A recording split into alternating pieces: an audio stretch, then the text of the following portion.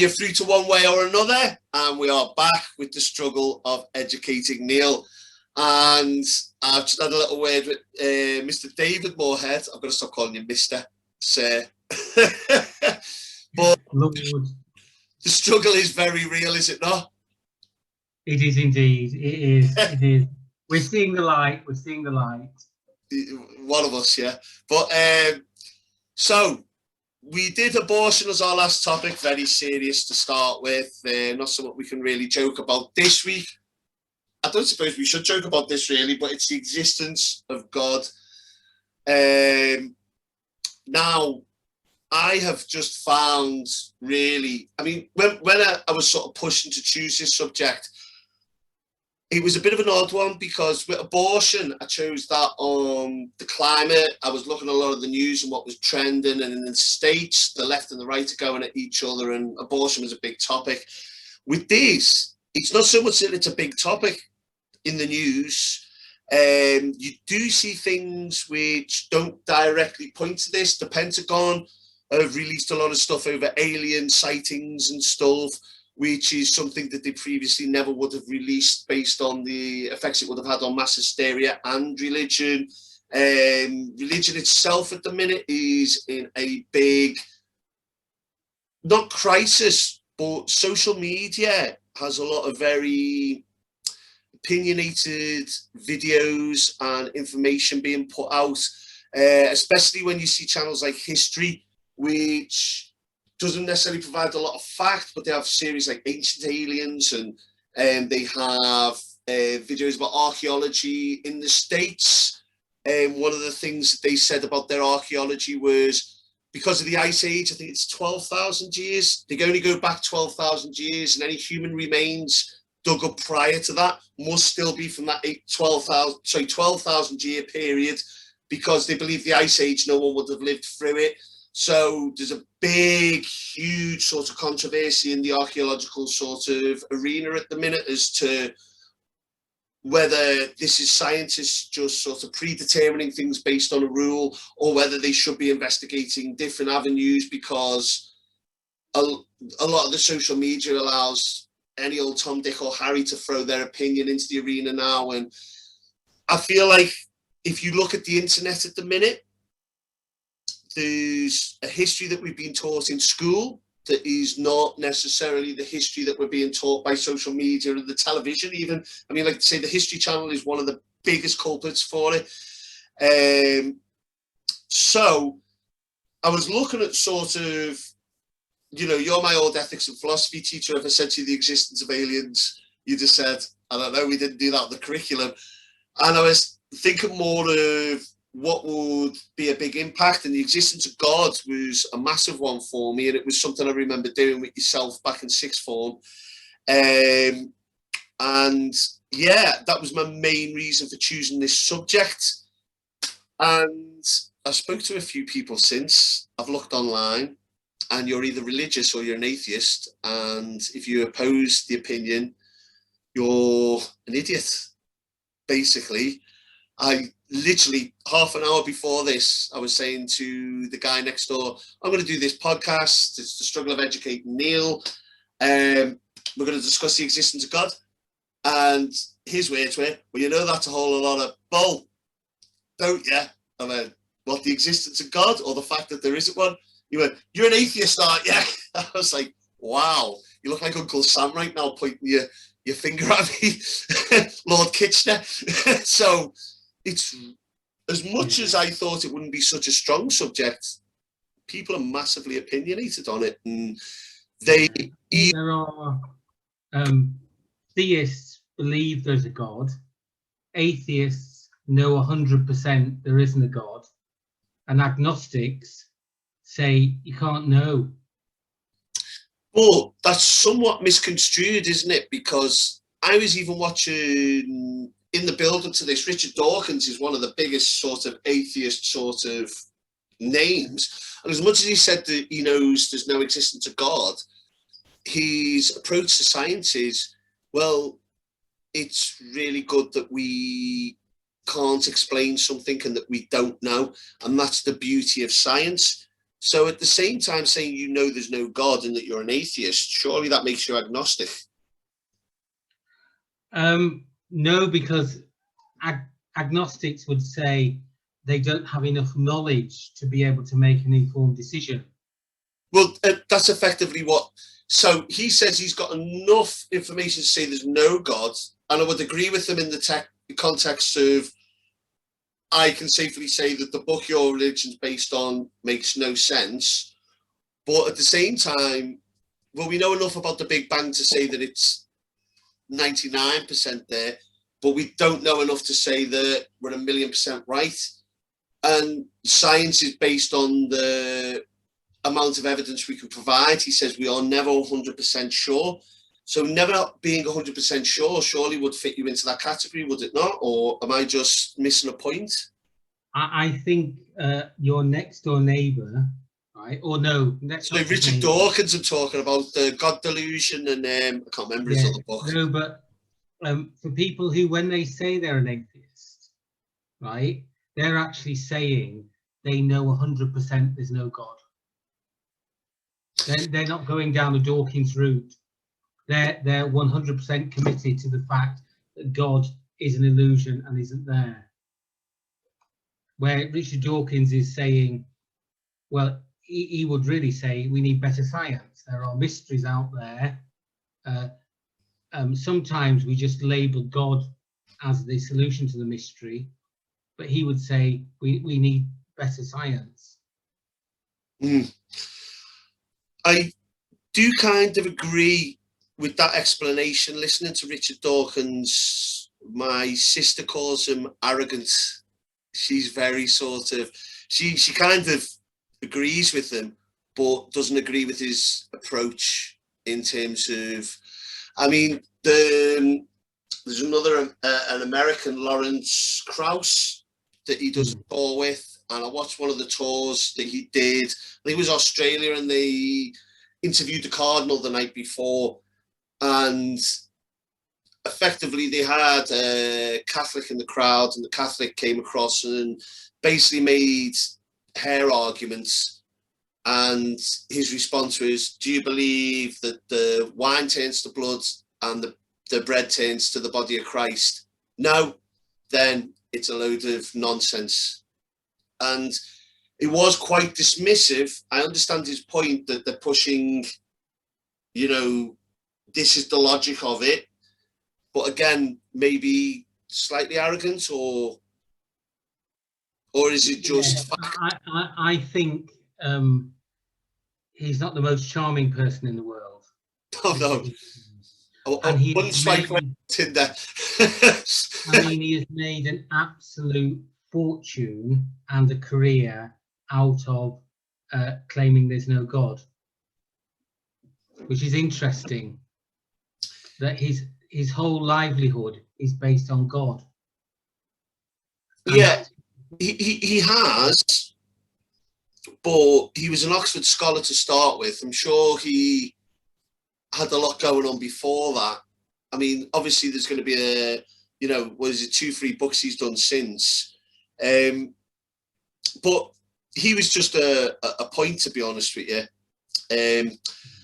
What I would like to move on with was really, when I've researched this, obviously there's people like Richard Dawkins sort of looked to, people of faith who I've sort of looked to online. Being in Spain, I just explained this to David before, my Spanish is good but not great, so going down the library was not necessarily something that would have been particularly easy for me.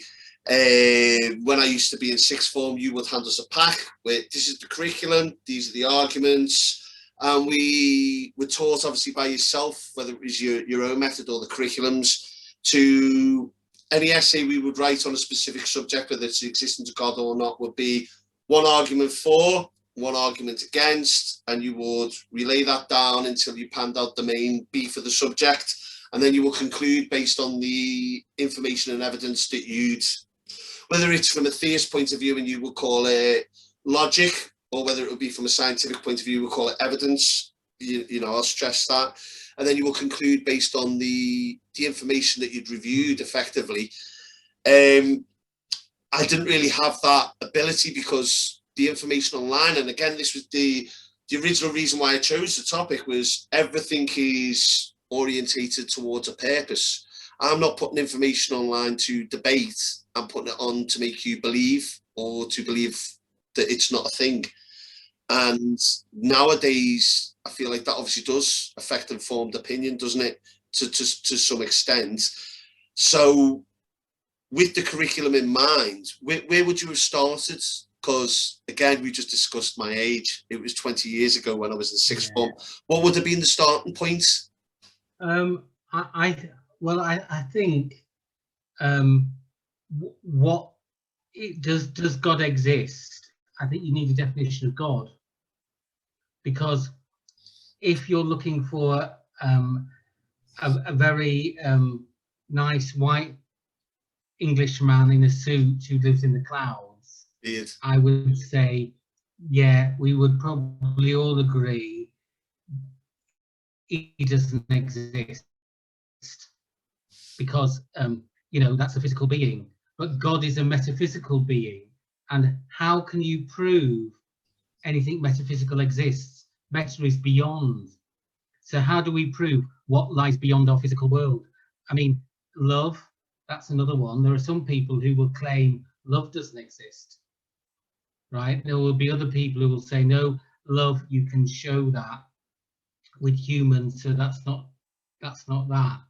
But God is metaphysical, so I think you can't have 100% proof, but you can look at the world and reason and say it seems highly possible there is a God, or there's a low possibility.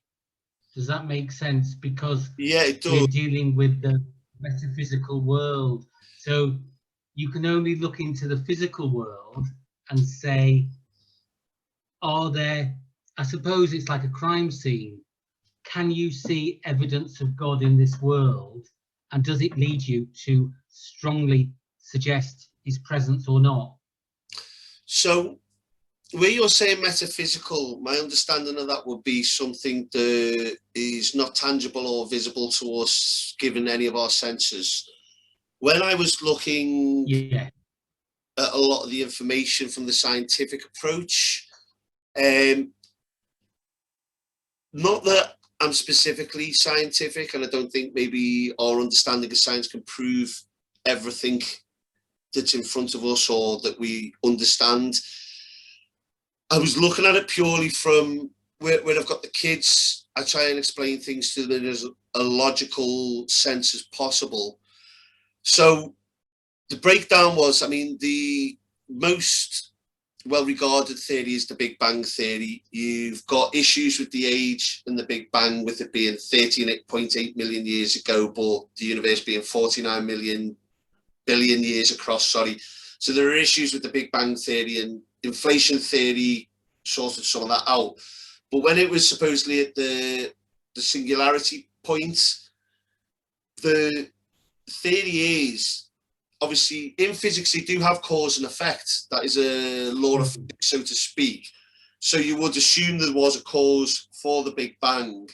However, they say within our three dimensions, up, down, forwards, backwards, left, right, you have a fourth dimension, and any being that would have created the Big Bang would have been in a separate dimension outside of our physical being, outside of the universe as we know it. Therefore, they'd have been in a fourth dimension.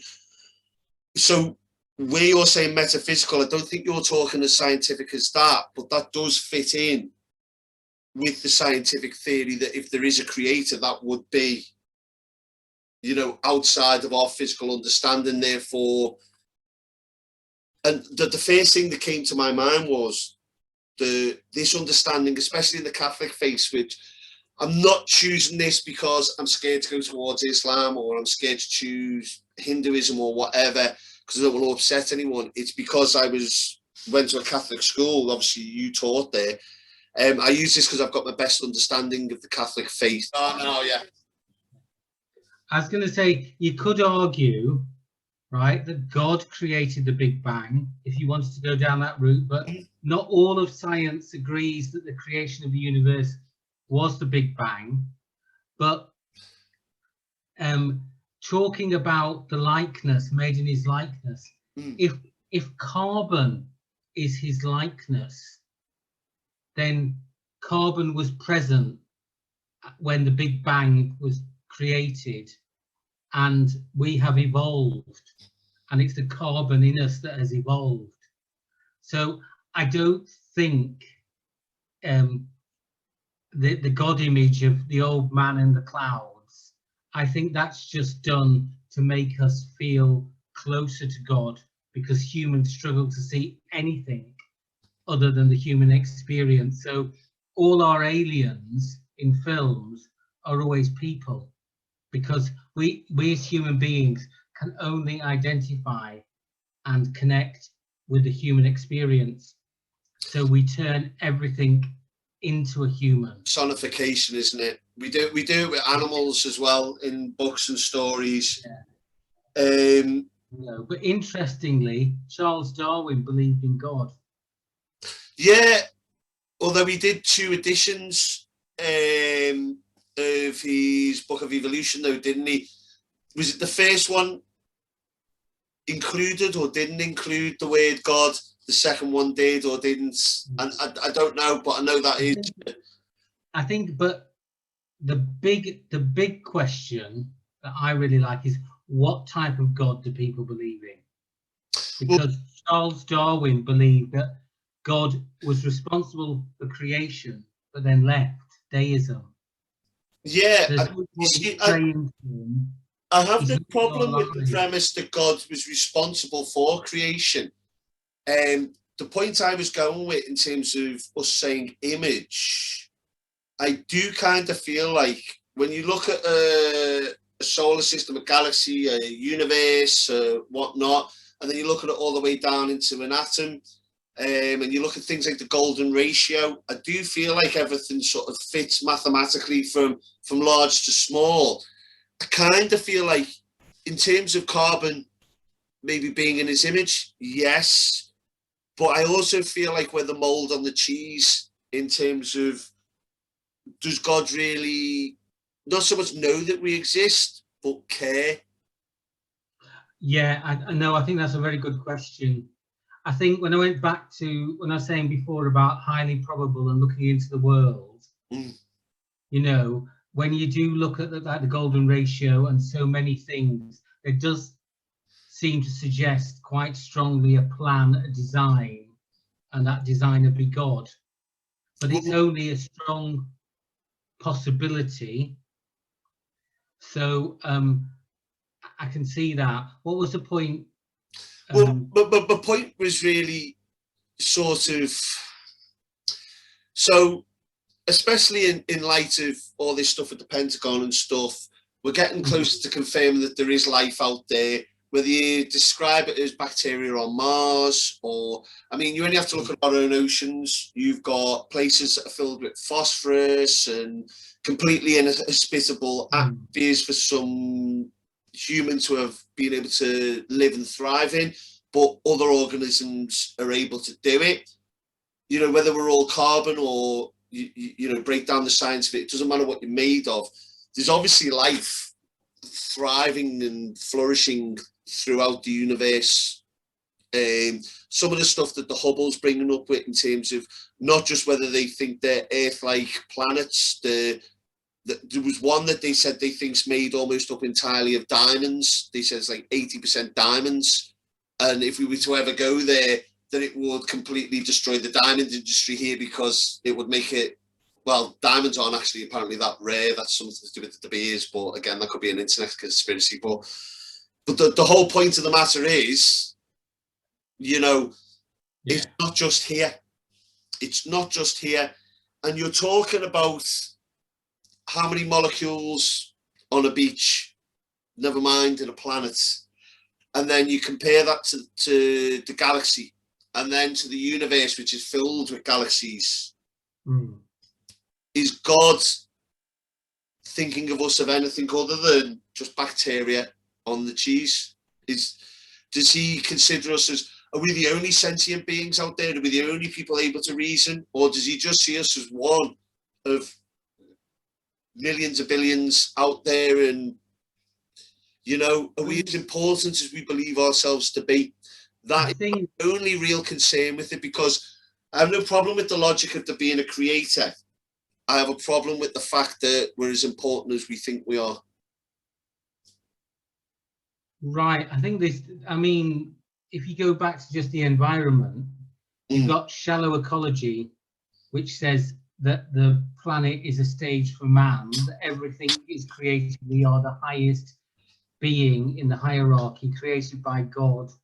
We are able to reason. God is pure intellect. We are above everyone. And then you've got deep ecology, which says that everything on the planet has evolved to show the glory of God. So humans may have climbed to the top of the chain, but that was not God's plan. God's plan is that we are all part. The whole universe shows the beauty of God. So there are two options. I do think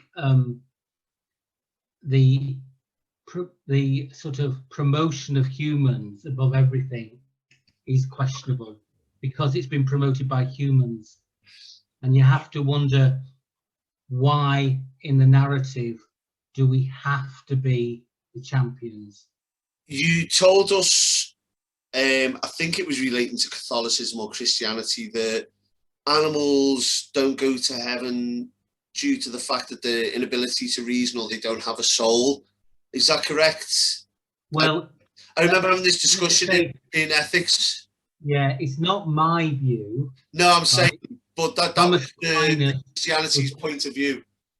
Yeah, Thomas Aquinas was quite clear that animals were inferior and would not go to heaven because they didn't have that special bond with God. And saying that, it goes without saying, obviously, you look at whales, dolphins, and I look at silverbacks and chimpanzees and stuff, and their ability to socialize. And I think chimpanzees predominantly, I mean, I don't think it doesn't necessarily happen in other sort of species, but chimpanzees kill each other for social reasons. And it was one of the first species outside of humans that they saw that. I mean, in terms of ability to reason, to kill for social reasons, that is one of the biggest indicators. I mean, as much as being able to reason is a special thing and we should embrace it, it leads to murder in some areas of our life and our society. And it's something that you see in chimpanzees. And to say that, I mean, and I come from a Catholic school and background, and my mum sort of agrees with me. She always says she has that Catholic guilt of saying things against the Catholic Church, gets her sent to hell somehow. But in terms of any sort of religion that's based on a book from thousands of years ago, and I appreciate people are going to probably crucify me for this, but you're dealing with people who used to crucify people for whatever reason they deemed fit, and they wrote a book, and you're still abiding by the rules of it. It's like when you look at the American Constitution over in the States, that was written hundreds of years ago, and you're still fighting for certain amendments on gun control and stuff like that, based on something that someone wrote shortly after the Civil War, where they killed hundreds of thousands of people. I feel like I understand certain aspects of the religion, and maybe some of the morals help you get your moral compass pointing true north. That bit's fine. But I feel like taking the whole gamut and just saying, yeah, this happened, I have real trouble with that. I think, though, I can understand that. I can. I think, well, let's just take evolution. In 1992, the Catholic Church said evolution was correct. They don't believe Adam and Eve are historical figures, right? So the church has developed and, reflected and changed policy but it is humans struggling to explain their relationship with God. I think to look at the Bible and say, is that the word of God? To look at the church and to say, is that the representation of God on earth? Are different topics to whether God exists. Does that make sense? Yeah, no, 100%. So I think the reason I bring it into it is to differentiate between what God I believe in. For me to say that there's a creator, yes. I'm not bringing it into then damn the Catholic Church or damn Islam or damn Hinduism or whatever religion it is. The reason I bring it is to differentiate my personal belief that definitely feel like there could be a creator. Was it? Now we had this conversation, but I forget the name again. So you gave us the example, and I said it was Descartes, and I was wrong, but it was of the watch. William Paley. There we go. I'll forget it again by next week. Took me 20 years to forget it. Took me another week to forget it again. But the watch was the example. Correct me if I'm wrong, if I'm missing anything, but a man who has no knowledge of watches, pocket watch, for example, walks down the, well, not a road. If he knows a road, he knows a watch. But he walks down the meadow, finds a pocket watch, examines it. There's moving parts. Obviously derives a purpose. He makes the assumption this must have been created by someone, and in the same breath you could do the same by looking at something under a microscope, looking at cells, the mitochondria, or atoms moving. The logical step is it's the same sort of design, and there is obviously, you would come to the same conclusion, there is a creator. And believe it or not, I've remembered that for 20 years, and that has always been my sort of belief that, well, that you can maybe not call it science because it's not a mathematical equation, but they're logical steps that I can follow, and I can say that makes sense, that makes sense, that makes sense, that makes sense, that's good. The reason I mentioned the books and what was happening back, when they were written, in terms of the Bible, the Quran, whatnot, is because they don't follow logical steps. So I'm not necessarily damning a faith, and I'm not drifting off point from the existence of God. It's just when we say what type of God does exist, for me, it's more of a creator, not someone who watches out for us. Because you can have the free will argument all you want, that's fine. And yes, I'd rather have free will than not, because I believe, even if I didn't believe in a creator and I was atheistic, that my moral compass would still be there and I'd like to follow that set of rules. I just feel that none of that makes sense, and a creator does, but I don't understand. I feel like with the ants in the case that he just watches every now and then, or the fish in the goldfish bowl. I mean, Maurice Wiles said that the problem of an intervening God, a God who watches over us and steps in and helps us, is that if we accept that notion, we accept a selective God. Because Catholic tradition is, if you lose your house keys, you pray to St. Anthony, and you find them 5 minutes later. And bizarrely, right, I've done that, and it's true. And I thought, no, St. Anthony in heavens said, David, by the door in that pocket, right? Now, sorry, wait, David, go any further. I've just got this image of, hello? David Moorhead's lost his keys. Is he rang the St. Anthony hotline?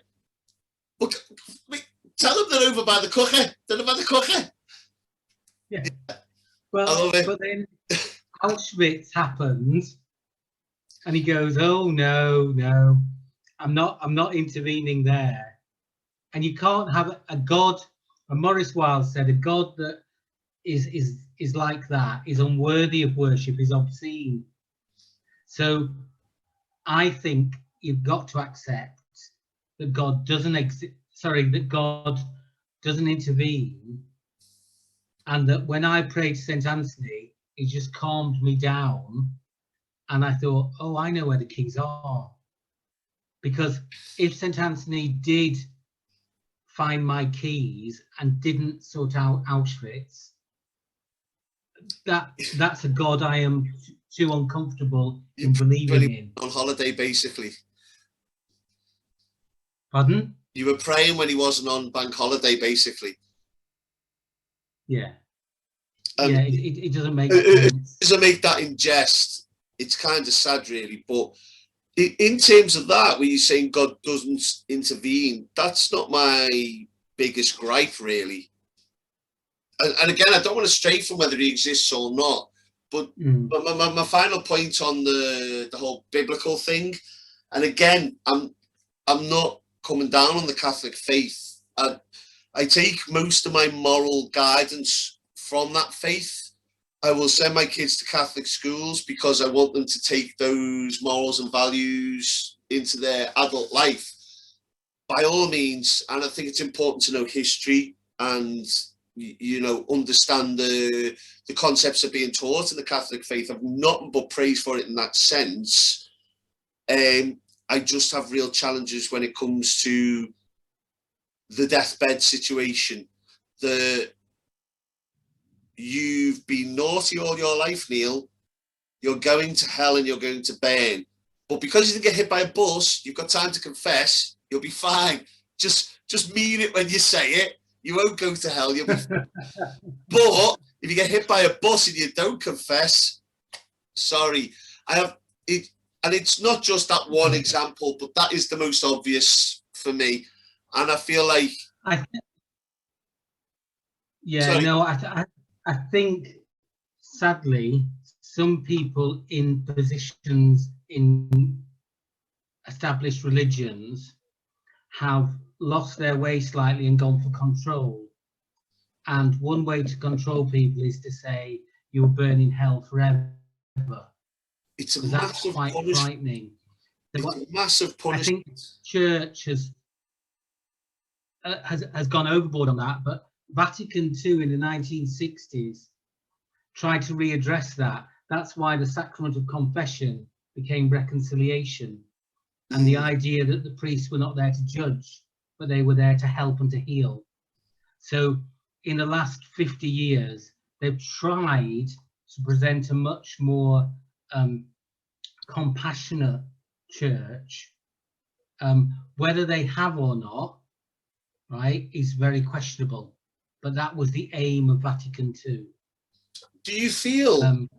sorry, I don't mean to cut you off. I know I do it a lot. Apologies. Just tell me to F off if I do it when you're trying to make a big point. But do you feel that if it wasn't for certain religions, it'd be much more accepting the existence of God if we hadn't have had the last 2,000 to 4,000 years of having hell forced down our throat? And the 10 Commandments really are good commandments by large. Yeah, don't kill people, don't rob.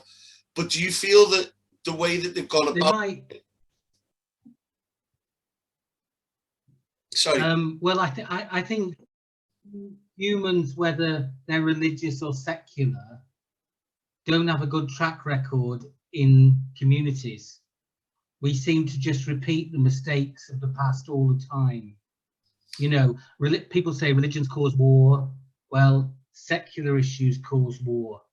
So yeah, I think actually the problem atheist is with humans. The Khmer Rouge were atheists. Yes. Yeah, in Cambodia, they just reset the clock to year dot, and Pol Pot was shooting birds out the sky because it suited them. I've heard that argument a couple of times. You get your classics like Ricky Gervais, so I've got a degree and I'm in the public eye, I'm going to tell everybody about what they should believe. I find him very funny and he makes a few good points, but you give an atheist power, they're just as likely to lose their moral compass as a religious. I've never seen a Bible pick up a gun and shoot someone. I haven't. It's always human beings using religion. If I went round killing in your name, would you be responsible? Charles Manson was. I You weren't expecting that. Died in jail for that. Sadly, a lot of people have used religion to make money and to have power over others, but that doesn't take away God. I think Iris Murdoch said, if you removed everything, there would still be this sense of goodness, this sense of God. So perhaps it would be clearer if we didn't have these established religions. But then again, you've got human beings.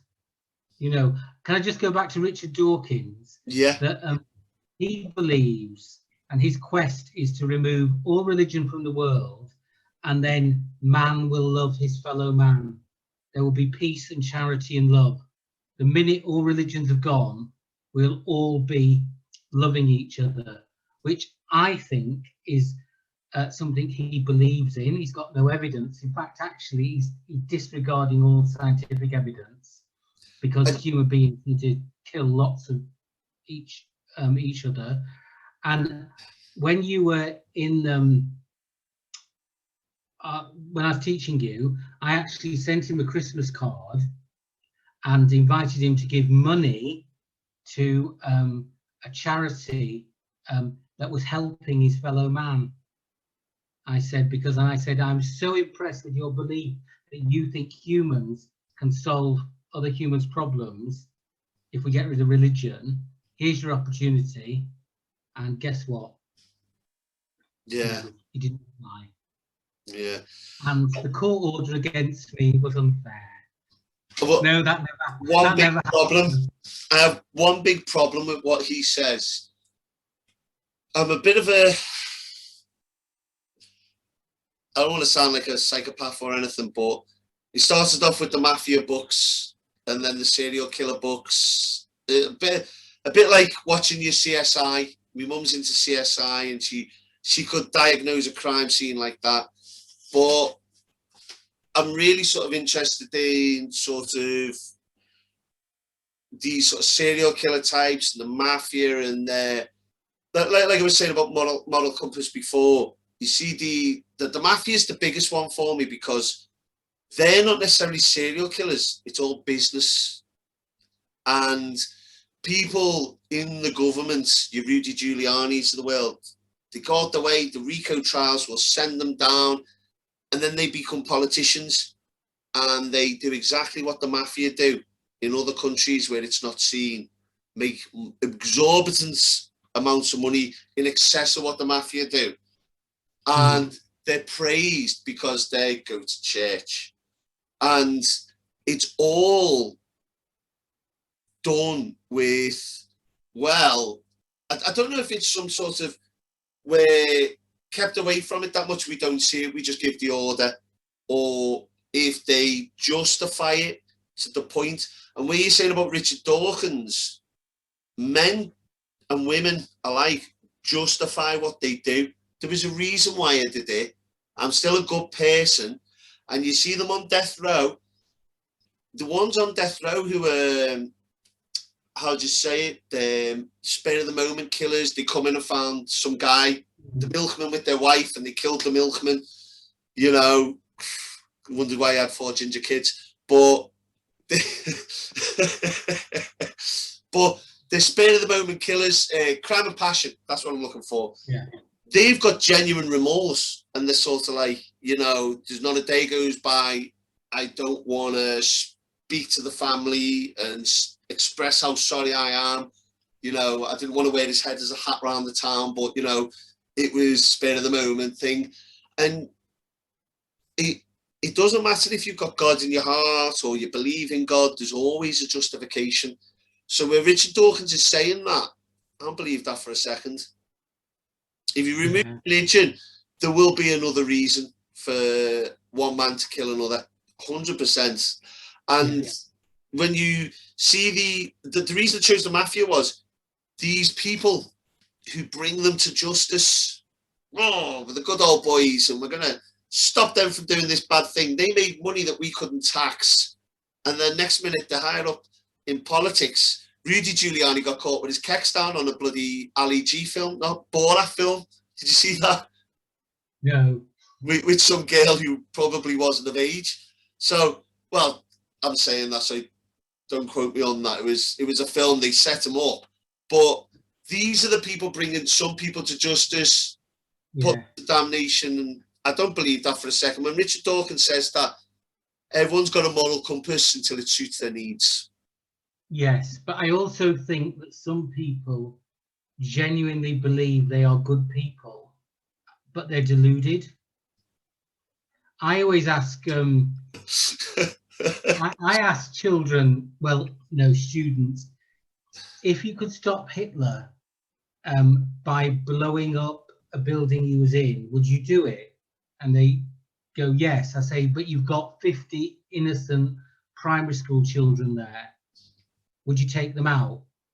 And lots of them will say yes and claim that they're still good people, even though I say to them, but you just killed 50 babies, you know, children, toddlers. So I think a lot of people, I'd like to think they were lying. That's the argument for the greater good, really, isn't it? Yeah. But to quote the Maze Runner, film, actually. Yeah. The first one, I got halfway through the score charts. Yeah, but good is good. There isn't a greater good. Well, you don't even have to go with killing him killing him as a baby is enough. Mm. If someone told you your child was going to grow up to be Hitler, you wouldn't kill him. No, some people would and rejoice. Well, isn't that the story of, is it Abraham? Well, it's not so much he gets told his son's a killer, it's just sacrifice him for me, and then he kind of stops him before the whole... Yeah, you know. Yeah, but I do think the other argument is again that the control of how God is perceived in the world has been has been taken over by patriarchs. So it's a very male-dominated system that has oppressed women and perhaps promoted images and ideas that do not actually complement God. So most post-Christian feminists would still see God existing, but not in the established religions. Yeah. Much more in nature. And I do believe... I do agree with the former. I do agree with the former in terms of very patriarchal. I do feel like at the minute, though, the feminist movement might be moving towards effectively what we were doing. It's a bit over-dominant at the minute. But again, I'm saying that in a society that is still, in some areas, run by males, I feel like people aren't looking at things very objectively. And this is a different discussion. I just get sidetracked, I'm sorry. But, yeah, sorry, I don't want to get off track, so I'm going to just stop that and let you carry on. Right, okay. No, I was just going to say that, you know, there is a big difference between the existence of God and the established religions, which are heavily man-made. Yeah, I mean, to be honest with you, I've just looked at my sheet. There's about 10 points. I mean, we're touching on the hour now. There's about 10 points I haven't really touched on. And I think the problem with this subject is, apart from the fact that we got sidetracked, we went off on a couple of tangents. I mean, we were never going to cover the whole gamut in an hour session. That was obvious. And I mean, to touch on the salient points within a split second wouldn't have done it justice. So I think my main aim was just to let the conversation go where the conversation went. And hopefully what we do touch on was relevant enough for people to just have a comment and drop it below.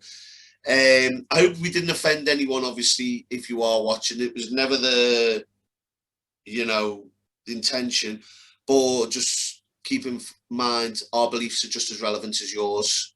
So feel free to drop yours below and argue your point. That's no problem. I appreciate that and I welcome it. Can I just ask you, I mean, obviously you were at Catholic school. I assume you're Catholic faith. What is your, I mean, you don't have to give it if you don't want. Richard Dawkins would be disappointed because he believes everyone should give it. But I mean, what is your, I mean, with the Catholic faith, is the main body of it, you seem like you're in agreement with, but you just don't agree with the people who are at the helm? Or is that, or you don't want to divulge? I am not Catholic anymore. Are you not? No. I recently made a decision with my wife that we would withdraw from the Catholic Church because of certain views it holds that we don't hold with. We are very pro-LGBT. The Catholic Church thinks it's a sin. We don't. The Catholic Church hasn't really addressed the child abuse scandal, which I think it had the power and resources to do so. Absolutely. I also feel that as a more the idea that God created us and that we do have the power within us to do more good in the world. I don't think prayers to him or her will actually change our ability. We've got to do more. So 100%. I feel 100% that's the case. Because sorry, I don't mean to, I keep saying I don't mean to cut you off, but that is one thing that I believe that religion is. Sitting and praying doesn't, you know, there's one thing, did you ever see the film Chopper? No. The Australian gangster fella. Oh, right, I'll have a look for that. It's just this, it's based on a true story about this Australian gangster. He wrote his book in prison. He can't even read all right. He had it wrote for him, and he went around taxing drug dealers. And one of the lines that stood out for me in his book, because I read the book after having watched the film, and he's got like 5 books, and they're all very sort of your mafia type stuff, but in Australia. And he said, there's no atheists in foxholes, and anyone who prays is sorely mistaken, because I have sat there and watched people pray time after time, and it doesn't stop the inevitable. You need to deal with your situation. And for anybody who is watching and they are religious, if you take anything from this, you've got to act on your own behalf. You can't leave it up to the man in the clouds, because if you're wrong. I do also think, if you do believe there is a God, you are still the prayer to other people's needs. And you have to actively be, as Mother Teresa said, you are the pencil, right, in God's hands, but you have to be active. He may inspire you, but you cannot negate, you cannot stop doing things and hoping for a better world. You have to be part of that. You have to be proactive. And I feel that whether there is a God or there isn't, we have to build a much kinder, more tolerant and peaceful world that isn't built on sort of just amassing so much money to make us feel that we have somehow achieved. I like that opposition to what I said. I like that. It makes a lot of sense. I hate the fact that you use Mother Teresa and I use some Australian gangster, though. Makes me look a little less intelligent, I'll be honest. But some people read true crime, some people read Mother Teresa. I loved how she said the hardest exam ever is life. Most people fail it because they copy other people, but you've got to remember that we're all doing different exam papers. Mm. You know, not bad for a geography teacher from Yugoslavia. Not bad for someone who washes people's feet in Calcutta. Yeah. Yeah, not bad at all. Not bad. No. Yeah, I mean, you did give me, actually, sorry, when you were saying about why you left the Catholic Church, I think I've got next week's topic. Oh, sorry, we're doing this every 2 weeks. Next fortnight's topic now. I don't know if you're going to thank me for it, but I appreciate what you said there. You didn't really give us your opinion on the existence of God, more why you're not Catholic, but I think we'll accept that for what it is. I think from the majority of what you said, we can take the fact that you do have a strong belief in God. I wouldn't say, do I think God exists? I sense he does. Mm. So whether in my head I could reason out that he didn't or he did, my being always says yes. Funnily that, I don't know how to describe this, maybe my second cousin, my mum's cousin, Michael McKay, big shout Mike if I see you, because he's going to be coming on soon. He got in a terrible accident.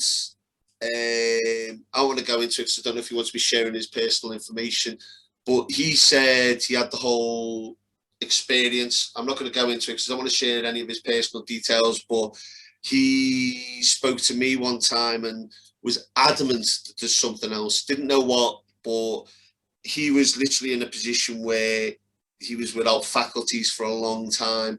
Like I said, I don't want to divulge his personal information because I haven't spoken to him about discussing it online. But he was absolutely adamant, and he's a person of trust implicitly, very straight up gentleman.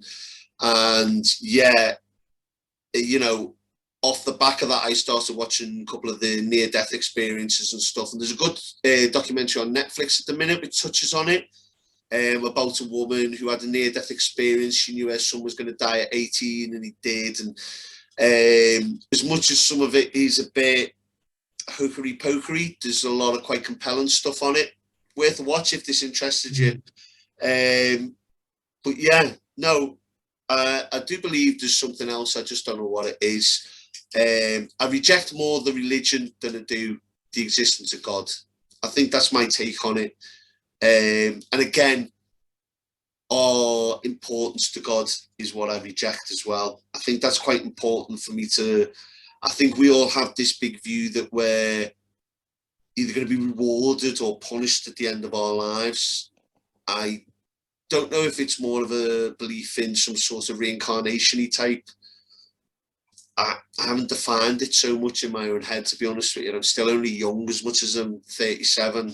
In 10 years' time, I might have a different belief. Like you say, you've only just left the Catholic Church at 145. 280. Yeah. Oil of Ulay. Yeah. No, but my point is, as life goes on, I would never have said this at 18, but I'm a completely different mindset to what I was then. But by the time I'm pushing on another 18, 20 years, God knows what I'll think.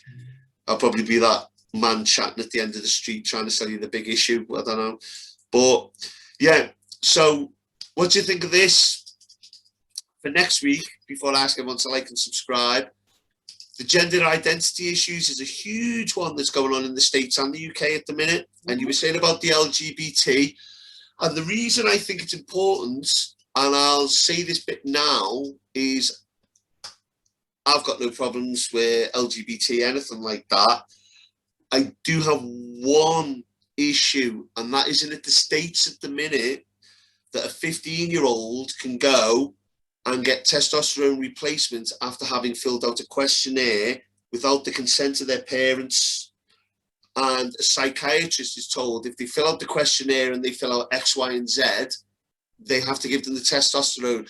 Now, that might sound so bad, but keep in mind that has irreversible damage to a person that they cannot reverse later on in life, whether it be to bone structure, facial hair, deepened voice, whatever, or issues with their reproductive systems. So it's not me being, you know, I've got a problem with people with gender identity. I don't. My problem is people who self-diagnose. And I think that would be a good topic because... Right, yes. Obviously, somebody's making a lot of money out of the drugs. Well, you say that. There was a lady, and she was on Joe Rogan and Ben Shapiro, who are very far right, and she gets very bad press because she was working for the New York Times. She did a book which was based on a lot of research, and lately Amazon have banned it, and a couple of other platforms, and some of the social media platforms won't allow it to be advertised. And it also states that they are suggesting to autistic people that they may have gender identity issues. And part of, don't get me wrong, I haven't researched it yet. I watched the video with this woman talking, so I will be researching it. I'll be very much more informed by next week. But apparently with autism, they have addictive personalities, and if something is suggested to them, they pick up on it and roll with it. So autistic people may also be being diagnosed. It's a very good topic. I'm not sure. I'm not sure if your point is the most. No, I'm not saying. One. I'm not saying that is correct. I'm saying this is what she said in her book. So this is what I want to discuss. I'm not saying it's happened or it's not. I'm saying I'm going to research it by next 2 weeks. Is it now? I found it interesting and intriguing. It was only that you just said, because of the church's views on the LGBT, that it should be discussed. I'm open to whether she's correct or not. I really have no view on it because I've seen her speak. I have not seen any contrary evidence. I have not seen any confirming evidence other than just the fact that she's been banned and this is it. So anybody watching, I'm not making a view. I'm just saying it's up for discussion. Convince me one way or the other. I am an open book. This is the struggle of educating Neill, not the struggle of convincing him from what he already believes. Make sense? Yes, I'm happy to have that discussion. Scared like I would have an opinion, but I haven't. I watched this video on it. I do know, I did look up, they do that with the testosterone. I haven't read their book, so I don't know about the autism. But she does mention it. I will send you the name of the lady because I forget it already. Obviously, that's how much attention I was paying. I'm not going to read the book in 2 weeks. I'll be honest with you. I've got things going on. I've got 2 kids that hate me. But I will do my best to get up on the full, I keep using the word gamut, the full gamut of the situation. It's my new word. Yeah. But you happy with that subject? I'll try next time not to keep going darker and darker. It's all that sun out in England that I'm not getting. I know. Not used to it. Not used to it. But I appreciate that today, David. It was good. Anybody watching, make sure you like, make sure you subscribe. I hope we haven't offended anyone. It was never our intention. Again, it's all just our opinions. And we try and be as unbiased as possible. If you know something we don't, comment below, let us know. I will do my best to respond. And if it's something I can't do, I'll speak to David before I do, because he's not doing the side. So if I say anything bad, don't think it's David, it's me. I'll try my best to respond as appropriately as possible. So enjoy, guys. Thank you.